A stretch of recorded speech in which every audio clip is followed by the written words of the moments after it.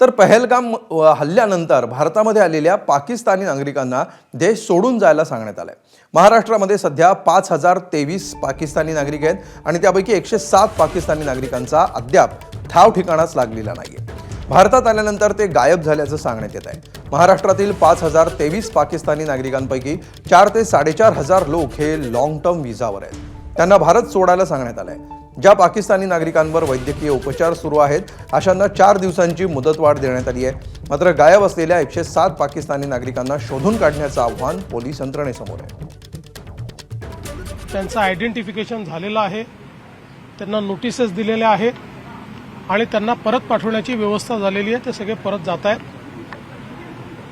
कोणी जर अवैधरित्या आला असेल तर त्यालाही शोधण्याची प्रक्रिया आपली निरंतर चालू असते।